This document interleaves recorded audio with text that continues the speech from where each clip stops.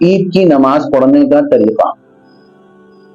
ایک بات بہت دکھ کے ساتھ عام طور پہ میں محسوس کرتا ہوں، اور وہ یہ ہے کہ ہم میں سے اکثر کو جنازے کی نماز نہیں آتی، عید کی نماز نہیں آتی۔ اگرچہ یہ سال میں ایک دفعہ ہوتا ہے یہ موقع کہ عیدین کی نماز ہے تو آدمی بھول جاتا ہے، لیکن بحیثیت مسلمان ہمیں سب کو یہ یاد رکھنی چاہیے۔ یہ کون سی ایسی چیز ہے جس کے یاد رکھنے میں بہت زیادہ کوئی محنت کرنی پڑے گی، جہاں اور بہت ساری چیزیں ہم یاد رکھتے ہیں۔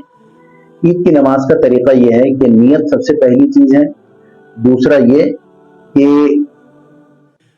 تفصیل سے بھی نیت کی جا سکتی ہے، جیسے جب نماز کھڑی ہو جائے، اس میں اذان نہیں ہے عید کی نماز میں اور تکبیر بھی نہیں ہے، بس سب بندی کر لیں، اس کے بعد پھر نیت نماز عید کی یا واجب العید، بس یہ نیت کر لیں۔ زائد 6 تکبیروں کے بھی اگر کہہ دیں، احناف کے یہاں 6 تکبیریں زائد ہیں اور شوافع حضرات کے یہاں 12 تکبیریں زائد ہیں، پہلی رکعت میں 7 زوائد کے ساتھ اور دوسری رکعت میں 5 زوائد تکبیروں کے ساتھ۔ تو بہرحال احناف کے یہاں جو 6 تکبیریں، اور دونوں طریقے صحیح ہیں، اس میں کسی بھی طریقے سے بحث کرنے کی تو ہمیں کوئی ضرورت ہے ہی نہیں، کیونکہ جو جس راستے پر چل رہا ہے وہ ان کے ظاہر ہے کہ فقہا نے اس کے اوپر بھی دلائل پیش کیے ہیں۔ اب ہمیں ان دلائل کو تلاش کرنے ڈھونڈنے کی یا اس کے اوپر بحث مباحثے کی ضرورت نہیں ہے، بہت آسان ہے، جس پہ عام طور پہ یہ مسئلہ ہوتا ہے کہ جی ہاتھ کہاں باندھیں، ہاتھ سینے پہ باندھیں، فوق الصدر باندھیں، تحت سرہ باندھیں، کہاں باندھیں؟ تو جہاں پر باندھتے چلے آئیں وہیں باندھ لیں۔ ہاتھ باندھنے کا تو سوال ہی نہیں ہوگا کہ آپ نے ہاتھ کہاں باندھی تھی، ہاں نماز پڑھی تھی یا نہیں۔ ہم فرض نمازوں کو چھوڑ دیتے ہیں اور اس مسئلے پہ اٹکے رہتے ہیں کہ ہاتھ کہاں باندھنا چاہیے، کہاں نہیں باندھنا چاہیے۔ ٹھیک ہے، یہ بھی سیکھنے کی چیز ہے، یہ علماء سے سیکھیں، مفتیان حضرات سے سیکھیں، لیکن اس میں بحث مباحثے میں پڑھنے کی ضرورت نہیں ہے، بلا وجہ فائدہ کچھ ہوتا نہیں ہے، اور الٹا نقصان ہو جائے لڑائی جھگڑے کا، بدگوئی کا، یا فحش کلامی کا، تو اللہ تعالیٰ ان چیزوں سے محفوظ رکھے۔ اور دوسرا یہ کہ ہمیں تو اپنا تعلق اللہ سے مضبوط کرنا ہے، بس اللہ سے کیسے میرا تعلق مضبوط ہو جائے مجھے اس کی فکر کرنی چاہیے، نہ کہ میں ادھر ادھر حالات حاضرہ کے اوپر 24 گھنٹے اپنے کان لگائے رکھوں، کیونکہ یہ سوالات مجھ سے ہوں گے نہیں۔ تو نماز عید کا طریقہ یہ کہ جو نیت کر لی زائد 6 تکبیروں کے، اور ہم جو عام طور پہ بچپن سے سنتے چلے ہیں منہ میرا کعبہ شریف کی طرف، تو ظاہر کعبہ شریف کی طرف منہ ہے، اگر نہ بھی کہیں تو کوئی حرج نہیں ہے۔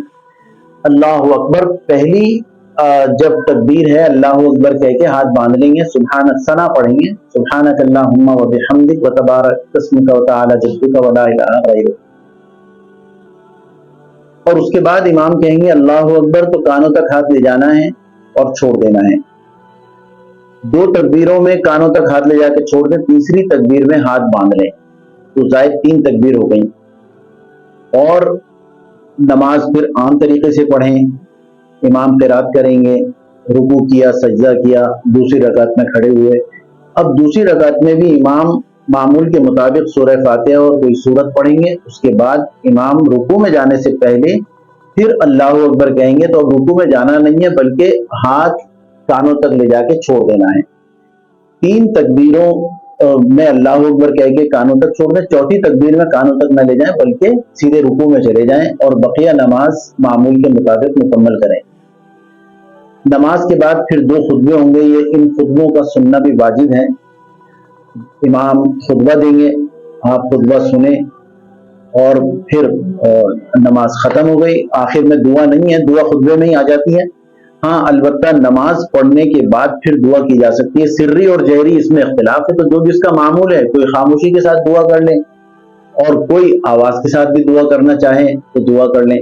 اور ان دعاؤں میں جہاں بہت ساری دعائیں ہمارے ذہنوں میں ہوتی ہیں اپنے لیے، اپنے رشتہ داروں، اولاد کے لیے، والدین کے لیے، وہاں پر فلسطینی بھائیوں اور بہنوں کے لیے بھی دعا ضرور کریں۔ ہمیں اللہ تعالیٰ ایسے وقت میں ہمیں ہماری رہنمائی فرما دیں، ہمارے دلوں میں ڈال دیں کہ ان بھائیوں اور بہنوں کے لیے بھی دعا کرنی ہے۔ وہ بڑی قسم پوسی میں اور بہت زندگی کے خطرناک موڑ پر ہیں، وہ اللہ تعالیٰ ان سب کی حفاظت فرمائیں، اور اللہ ان کی طرف سے اللہ ہی کافی ہو جائیں، آمین۔ وآخر دعوانا ان الحمد للہ رب العالمین۔